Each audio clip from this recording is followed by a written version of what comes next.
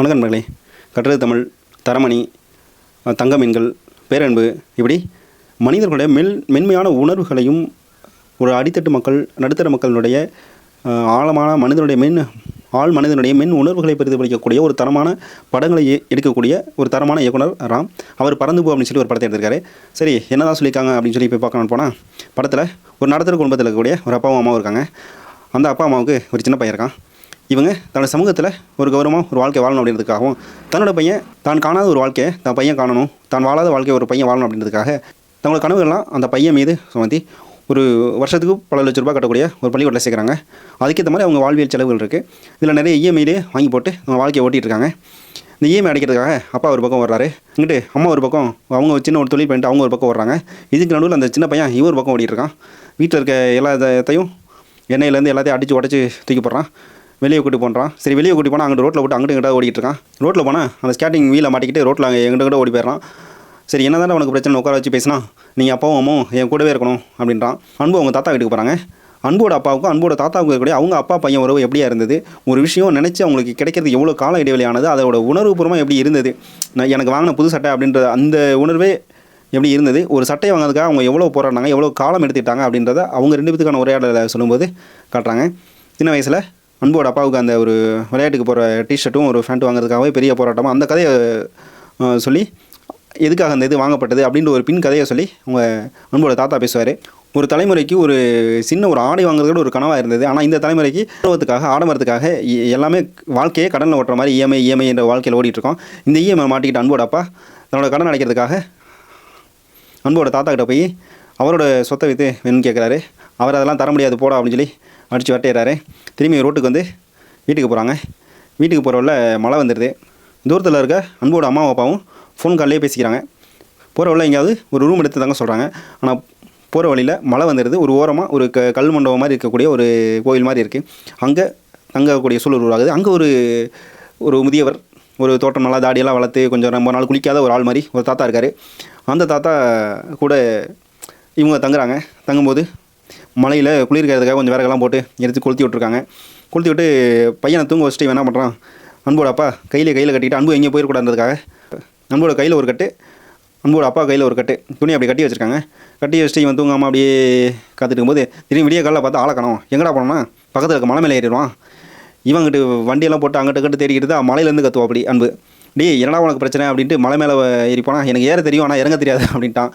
ஆனாலும் பையனோட இந்த சின்ன சின்ன சேட்டைகளை மகிழ்ச்சியாக ஊக்குவிக்கிற எல்லா விஷயங்களையும் இவ்வளோ தூரம் வழியை கொடுத்தாலும் துயரம் கொடுத்தாலும் ஃபென்டாஸ்டிக் அன்பு, சூப்பர் அன்பு அப்படின்னு சொல்லி தன்னோட பையனை ஊக்குவிக்க தரல அந்த அப்பா. ஒரு வழியாக மலையிலேருந்து இறக்கி கூட்டி வந்தார் அன்புவை. மலையிலேருந்து அன்பு இறக்கி கூட்டி அந்த வயசான தாத்தா வந்து சரி போய் குளிச்சுட்டு வாங்க, டிஃபன் சாப்பிடலாம் அப்படின்பார். நீங்கள் எங்கே எங்களுக்கு வாங்கிட்டு வரணும் அப்படின்னா, எனக்கு ஒரு பேரை வந்து நான் செய்ய மாட்டேனா அப்படின்னு சொல்லி அந்த தாத்தா சொல்லுவார். குளம் இருக்கா குளிக்கலாமா அப்படின்னு சொல்லிட்டு அன்பு வந்து ஓட்டம் எடுக்க ஆரம்பிப்பார். குளத்தில் குளிக்க போகிறாங்க. குளிக்க போகிற இடத்துல அன்புவோட அப்பா கோகுல், அவரோட பள்ளிக்கூட தோழி அஞ்சலி அங்கே துணி துவச்சிருக்காங்க. அவங்க அடையாளம் கொண்டு பேசி அறிமுகமாக்கிறாங்க. அறிமுகமாகி அவங்களோட வீட்டுக்கு கூட்டி போகிறாங்க. ஒரு கிராமத்தில் ஒரு ஆடம்பரம் இல்லாத வீடு, ஒரு சின்ன உணவகம், அப்படி உணவு தொழில் வச்சு நடத்திட்டு இருக்காங்க. அங்கே அந்த அஞ்சலிக்கும் அஞ்சலியோட கணவருக்கும் ஒரு பையன் இருக்கான். அந்த பையன் என்னென்னா ஒரு பெரிய ஆடம்பர வாழ்க்கை கிடையாது, ஒரு பெரிய மிடுக்கு அப்படி மாதிரி எதுவுமே இல்லாமல் ஒரு எளிமையான ஒரு சின்ன குழந்தையாக இருக்கான். அந்த பையனுக்கு அப்பா அம்மா கூடவே இருக்காங்க. அவன் என்ன சொல்கிறானோ அதுதான் அவங்க அப்பா அம்மா கேட்டுக்கிறாங்க.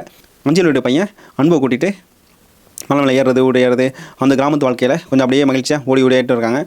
இந்த வாழ்க்கையோட சந்தோஷங்களை அனுபவிச்ச அன்புக்கு இந்த ஊரை விட்டு போக மனசில்ல. போகிற வழியில் நம்ம என்னை இங்கேயே விட்டு போயிருங்க, நான் இங்கேயே இருந்துக்கிறேன்.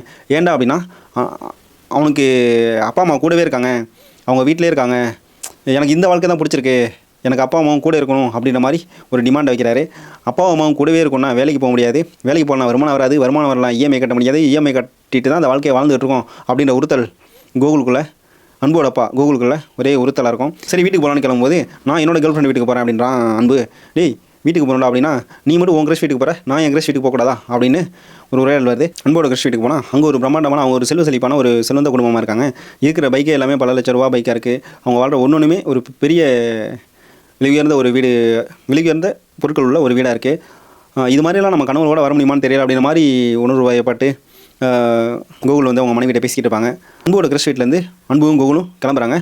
அந்த சமயம் அம்மா வெளியூரில் வியாபாரத்துக்கு போன அம்மாவும் ஊருக்கு வந்துடுறாங்க. சரி, அம்மா வராங்க, அம்மாவையும் கூட்டிகிட்டு போகலாண்ட அன்பு அப்படின்னு சொல்லி ஒரு கடையில் வந்து டீ குடிச்சிருப்பாங்க. இதுக்கடையில் அன்போட அப்பாவுக்கும் சிகரெட்டை பிடிக்காதுன்னு பல தடவை சொல்லியிருப்பான். அவனும் ஒரு பல முறை சத்தியமும் பண்ணியிருப்பான். சத்தியத்தை மீறி சிகரெட் பிடிச்சிக்கிட்டே இருப்பான். இது அன்புக்கு பிடிக்காது. இப்படி பேசிக்கிட்டே இருக்கும்போது நீ டீ சாப்பிட்டுக்கிட்டா நான் அம்மாட்ட பேசிட்டாருன்னு சொல்லிட்டு அப்படி போகும்போது அங்கே போய் தம் அடிச்சிட்டு இருப்பாப்ல. இதை பார்த்து அன்பு கோச்சிக்கிட்டு கிளம்பிடுவாப்ல. எங்கேயா கிளம்புவா, எங்கிட்டு போகிறானே தெரியாமல் எங்கிட்ட ஒரு பக்கம் கிளம்பிடுவாப்ல. அங்கே பக்கத்தில் போனால் ஒரு ரயில் நிலையம் பக்கத்தில் ஒரு காடாக இருக்குது. காட்டுக்குள்ளே போனால் அங்கே ஒருத்தன் அணில் மாதிரி மரத்தில் இருக்கான். எப்பரா மேலே ஏறினா இவனே ஏற்றி விட்டுறான். ஏற்றி விட்டு சரி நீ போ அப்படின்ட்டு அந்த பையன்ட்ட சொல்கிறான் அன்பு. நீ எப்பரா இறங்குவானா, எங்கள் லையர் டாடி பின்னாடி வருவார் அப்படின்னு சொல்லிட்டு மேலே மரத்துலேயே உட்காந்துக்கிறான். அதுக்கப்புறம் இவன் எங்கடான்னு சொல்லி அன்போட அப்பா கூகுள் அவன் முட்டி வலியோட அங்கிட்டு இங்கிட்டு ஆடி அலைஞ்சு தேடி ஒரு வழியாக கண்டுபிடிச்சி இறக்க வழி தெரில, அவனுக்கு மரம் இறக்க தெரில. சரி பக்கத்தில் இருந்து ஒரு ஏணி எடுத்துகிட்டு வந்து இவனை இறக்கி விடுறதுக்காக மரத்தில் ஏறாரு. இவன் இறங்கி வந்துட்டு அப்பனை மேலே ஏற்றி விட்டு இவன் ஏணி எடுத்துகிட்டு தள்ளி விட்டு ஓடி போயிடறான். நீ போய் சொல்லாதாப்பா, சிகரெட் பிடிக்காத விட்டுறா அப்படின்னு சொல்லிட்டு திட்டிவிட்டு போயிட்டு அங்கே உள்ள சில சின்ன பசங்க பக்கத்தில் ஃபுட்பால் விளையாண்டுட்டுருக்காங்க. அவங்க போய்ட்டு அவங்கவுங்களோட அப்படியே சும்மா இன்ட்ரடியூஸ் ஆக்கிறாங்க. எல்லா அப்பாக்களும் போய் சொல்கிற அப்பாக்கள் தானா அப்படின்னு சொல்லி அவங்களுக்குள்ள ஒரு விளையாண்டுட்டு இருக்காங்க. அன்போட அம்மா ஊர்லேருந்து இறங்கி வந்துட்டு ஃபோன் பண்ணால் நான் எங்கே இருக்கேனே தெரியல, இது மாதிரி ஒரு காட்டுக்குள்ளே இருக்கேன்னு சொல்லிட்டு புலம்பிகிட்ருக்கான். லொக்கேஷன் புலம்பிகிட்ருக்கான். சரி லொக்கேஷன் அனுப்பி விடுன்னு சொல்லிட்டு அந்த லொக்கேஷனை வச்சுக்கிட்டு அன்போட அப்பா தேடி ஓடுறாங்க. அங்கே போனால் மரத்தில் ஏறின டயரில் அந்த பயத்தில் அன்போட அப்பா கூகுள் நல்லா நிம்மதியாக தூங்கிட்டு இருப்பாப்ல. அன்போட அம்மா போய் கூகுளை அடித்து கீழே இறக்கி கூட்டிகிட்டு போவாங்க. அன்போட அம்மா வந்து அப்பாவை மீட்டு கீழே இறங்கினதுக்கப்புறம் எங்கடா பையனா, அவன் எங்கே போனானே திருப்பி எங்கே ஓடிட்டான், திருப்பி அவனை தேடுறா, ஓடி தேடினா அங்கே ஃபுட்பால் விளையாண்டுட்டு இருக்கான். அங்கேருந்து ஆளை பிடிச்சா அங்கேருந்து ஓடி ஒரு கோவில் குளத்தில் போய் உள்ளே குதிச்சிட்றான். சரி அவனை காப்பாற்றணுன்னா கூகுள் அப்பாவுக்கு நீச்சல் தெரில, கூகுள் அம்மாவுக்கு நீச்சல் தெரில, நீச்சல் தெரியாத அம்மா உள்ளே இறங்கிட்டு தவிக்கிறாங்க. இந்த பையன் என்னன்னா அங்கிட்டு புகுந்து வெளியே ஓடிட்டான். திருப்பி துரத்தி ஓடிக்கிட்டே இருக்காங்க. அவனும் ஓடிக்கிட்டே இருக்கான். திடீர்னு பார்த்தா ஆளை காணான்னு தேடினா மலை மேலே உட்காந்துருக்கான். டேய் ஏன்டா மேலே போனேன் அப்படின்னா, ஊருக்கு வரல, எனக்கு இங்கேயே இருக்கணும், இந்த மலை, இந்த ஊர், இந்த காடு, இது மாதிரி இந்த தண்ணி குளம் இங்கேயே இருக்கணும் அப்படின்றான். இப்படின்னு ஒரு டிமாண்ட் அன்பு சொல்ல அதை கேட்ட கூகுளுக்கு வாங்கி வச்சுருக்க இஎம்ஐலாம் நினச்சா துக்கம் தொண்டை அடிக்கிறா பாவி, கொஞ்சம் ஏசிக்காவது டைம் கொடுறா அப்படின்னு சொல்லிட்டு இவங்க புலம்பிட்டு சரி கீழே இறங்கி தொலைடான்னு திட்டாங்க. ஆனால் அந்த பையன் இறங்க மாட்டேங்கிறான்.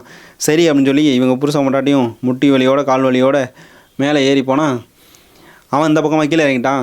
டேய் உனக்கு தான் ஏற தெரியாதரா, எப்பரா இறங்கினா, நான் எந்த வழியாக இறங்கிட்டேன் அப்படின்னு சொல்கிறான். அந்த துயரத்துலேயும் துன்பத்துலேயும் ஃபென்டாஸ்டிக் அன்பு, சூப்பர் அன்பு அப்படின்னு சொல்லி ஒரு தந்தையாக பூரி போட வாழ்த்துறாரு.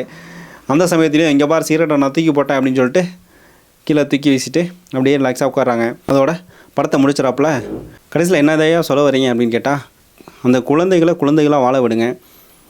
உங்கள் கனவுகளை குழந்தைங்க மேலே திணிக்கிறேன்னு சொல்லிட்டு நீங்கள் கடன் மேலே கடன் வாங்கி அப்படி தான் இன்றைக்கி நிறைய குடும்பங்கள் வாழ்ந்துகிட்ருக்கு. அப்படி இல்லாமல் எந்த கடனுமே இல்லாமல் அந்த கிராமத்தில் ஒரு நாளைக்கு 50 சாப்பாடு ஓட்டினா போதும், அந்த வருமானம் வந்தால் போதும், இந்த வாழ்க்கைக்கு இந்த தேவைக்கு இது போதும் அப்படின்னு வாழ்ந்துகிட்டு இருக்கு தோழி. அந்த அஞ்சலி குடும்பம் ஒரு பக்கம், அந்த குடும்பம் தனக்கு இது போதும் அப்படின்னு சொல்லி எந்த கடனும் அந்த பிரச்சனை இல்லாமல் நிம்மதியாக வாழ்ந்துகிட்டு இருக்க ஒரு குடும்பம். அந்த குடும்பம் தன் பையன் தன் குழந்தை என்ன சொல்கிறானோ அதை கேட்டு அந்த குழந்தையோட விருப்பத்துக்கு ஏற்ற மாதிரி வாழ்ந்துகிட்டு இருக்க ஒரு குடும்பம். இன்னொரு பக்கம் ஒரு பெரிய கனவோட பெரிய லட்சியத்தோட போட்டிருக்க செருப்பு 4000 ரூபா, அந்த ஸ்கேட்டிங் போகிற அந்த பேடு அது ஒரு 4000 ரூபா. இப்படி சின்ன விஷயங்கள் எல்லாத்துக்குமே பெருத்த பணத்தை செலவு பண்ணி அந்த பெருத்த பணத்தை செலவு பண்ணுறதுக்காக ஒரு தன் வாழ்க்கையை அடமானம் வச்சு ஓடுன்னு ஓடிட்டு அந்த வாழ்க்கையில் ஓடாமல் உங்களுக்கு எது தேவையோ அதை நீங்கள் முடிவு பண்ணிக்கிட்டு சின்ன விஷயங்களும் பெருசாக செலவு பண்ணி அந்த செலவுகளை கடன் வாங்க வேலைக்கு போய் வாழ்க்கையை அடமானம் வச்சு ஓடுன்னு ஓடி எங்கே தாண்டா ஓடிக்கிட்டு இருக்கோம் அப்படின்ற மாதிரி ஒரு வாழ்க்கையை வாழாமல் ஒரு நிம்மதியான ஒரு வாழ்க்கையை குழந்தைகளுக்கு பிடிச்ச மாதிரி ஒரு நல்ல பெற்றோராக இருங்க அப்படின்ற மாதிரியான ஒரு கதைக்களத்தை அமைச்சு ரொம்ப சிறப்பாகவே சொல்லியிருக்காங்க. இப்போ திரையரங்களை ஓடிக்கிட்டு இருக்கு. ஒரு வேளை திரையரங்களை பார்க்க முடியலன்னா ஹாட்ஸ்டாரில் இன்னும் கொஞ்சம் நாளாக வரும். கண்டிப்பாக வாய்ப்பு இருந்தால் பறந்து அந்த திரைப்படத்தை கண்டிப்பாக ஒரு முறை பாருங்கள். நன்றி.